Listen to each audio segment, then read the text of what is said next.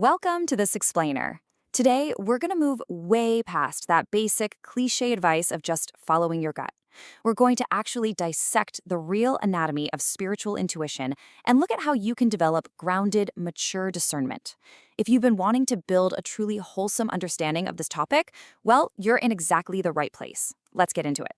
So, here's the core puzzle that trips literally so many of us up.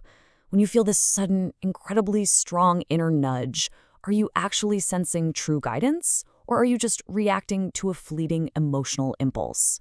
It is so easy to confuse the two, right? And that confusion is exactly what we're going to clear up today. Here is our roadmap for today. 1. Demystifying spiritual intuition. 2. Separating signal from noise. 3. Testing and earning trust. And 4. Living with clear discernment. Okay, section 1, demystifying spiritual intuition. What are you actually noticing?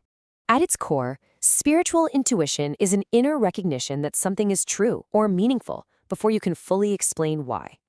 Think of it like walking through the old walled streets of a familiar city. You don't need a detailed map pulled up on your phone to know you're getting close to your destination, right? You just start reading the familiar patterns. The echo of your footsteps changes, maybe a subtle shift in the breeze tells you the main square is coming up.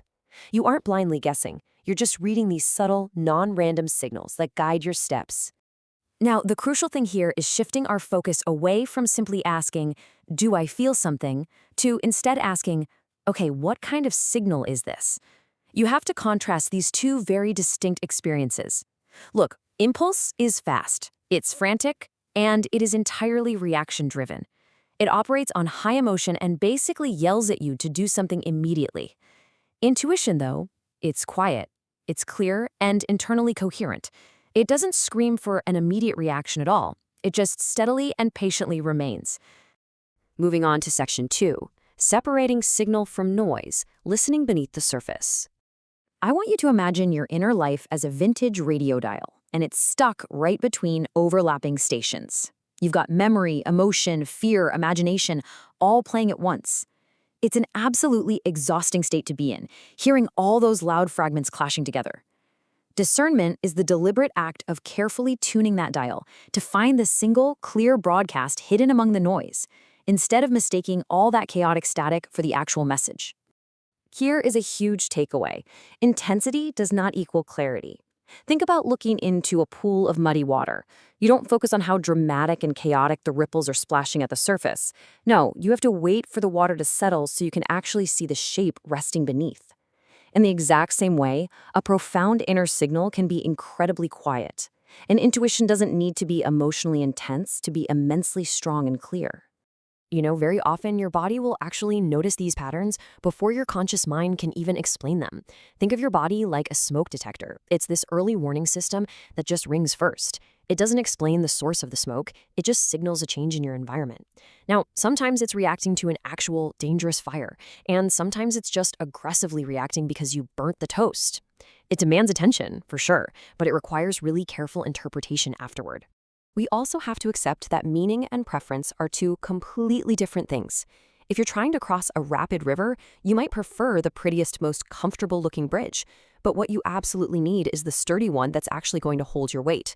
True guidance points to what is structurally sound and honest, even if, actually especially if, it's not the most attractive or comfortable option in that particular moment. Consider this your ultimate cheat sheet for decoding what's going on inside. When you feel a sudden pressure, that usually indicates an impulse or fear. The defining question you need to ask yourself is this rushing me? But what about a quiet settling?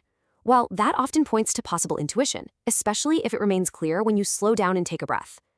A repeated longing might just be wishful thinking, whereas a clear fit represents coherent guidance that actually aligns with the truth. Recognizing these distinct patterns is exactly how you map out your inner landscape. All right, section 3, testing and earning trust, how discernment survives reality.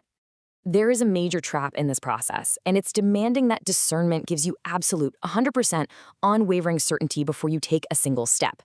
But listen, demanding absolute certainty is exactly what paralyzes people. Good judgment rarely offers total certainty. Instead, discernment earns your trust like a dependable compass. You don't trust a compass because it gives you a satellite view of every single detail on the terrain. You trust it because over time, it consistently points you in a direction that helps you safely navigate reality. Another huge source of confusion happens when we hear a subtle nudge and immediately wrap a wildly unfounded story around it. Think of it like hearing a sudden knock at your front door. That knock, that's just the raw signal. Is it a friend, a package delivery, a mistake? You literally don't know yet. Mistaking the raw knock for a final destiny is where we build false stories. Real discernment begins with simply noticing the knock rather than jumping to immediate conclusions about who or what is on the other side. It is absolutely essential to continually contrast the imitators against the real thing. Fear is tricky. It can disguise itself as wise guidance, but fear always creates a contracted panic. It narrows your vision and forces you to rush. Intuition, however, produces clarifying organization. It might call for extreme patience, and it might even point you towards something that feels deeply uncomfortable, but it does not create chaotic, breathless panic. When a signal is genuine, it acts like assembling a jigsaw puzzle. We've all tried to jam a puzzle piece into a spot where it almost fits but doesn't quite belong, right? It never works. Genuine guidance doesn't need to be forced. It builds coherence by naturally fitting together with the facts you already know, your deepest core values, the foreseeable consequences of your actions, and ultimately the person you are actively trying to become. Mature discernment is a deliberate, progressive journey. Step 1, you notice. Step 2, you interpret carefully. And only then, step 3, do you act purposefully. It feels exactly like adjusting a manual camera lens. If you turn that lens frantically, the whole picture blurs into a mess. But by taking a breath and slowing down the turn, you allow the edges of reality to sharpen perfectly into focus. Which brings us to section 4, living with clear discernment, the identity shift. Integrating this measured pacing into your everyday life creates a really beautiful, grounded balance. Mature discernment allows you to hit pause without just becoming completely passive. You learn how to trust without being painfully naive. And you can question things without turning into a hardened cynic. You simply become so much harder to mislead. I love this thought. You can listen for meaning without losing your footing. It perfectly captures the identity shift we're talking about today. Intuition is no longer just this mysterious, magical event that happens to you. It becomes a highly grounded, practical skill, the skill of noticing subtle patterns without ever floating away from cold, hard reality. So, I want to end this explainer with a provocative question for you to really ponder.